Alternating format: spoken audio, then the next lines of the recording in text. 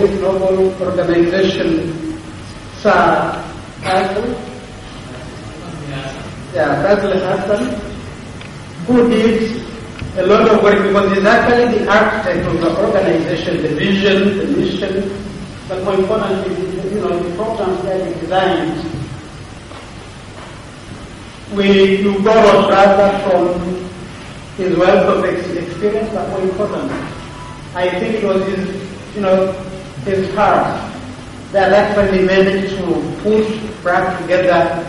And I was very much impressed by, the meaning actually of BRAC itself now, forget about the past, but bringing resources across communities as you are carrying, as the meaning of BRAC now, I think is a noble, vision, noble mission, but more importantly, the achievements are actually commendable.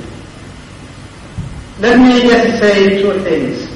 One, we all know there is no dispute about the role of the public sector in development. The role of the government, setting policy, ensuring standards, but more importantly also creating an enabling environment.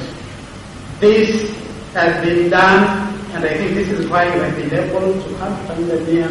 But I think in 5 years, we have already been able to achieve so much.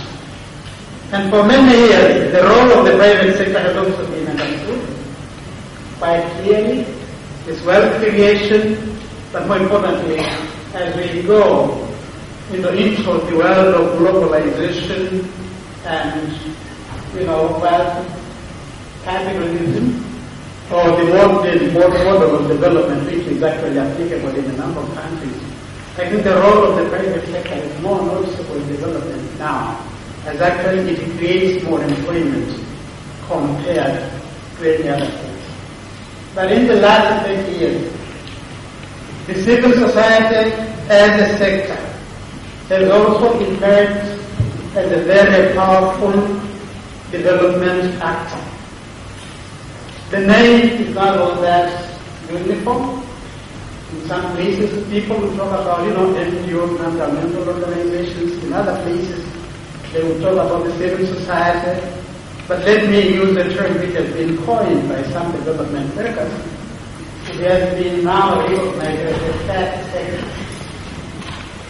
Compared to the public sector, private sector, now you have a third sector which is emerging, flexible as it might be, that actually more and more is actually asserting its position in development.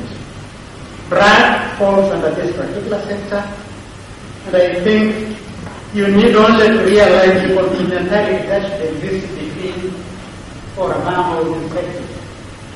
And in this, I would like to see BRAC, like all the other CSOs, as actually providing or playing kind of a complementary role. Complementary to what the government is doing, but also complementary to what the private sector is doing. But more importantly, again, I see BRAC and the other organizations as organizations actually that provide the missing link. You provide what is missing between either the private sector and the public sector. And it is this actually which gives you a very prominent position in development. You have a role, a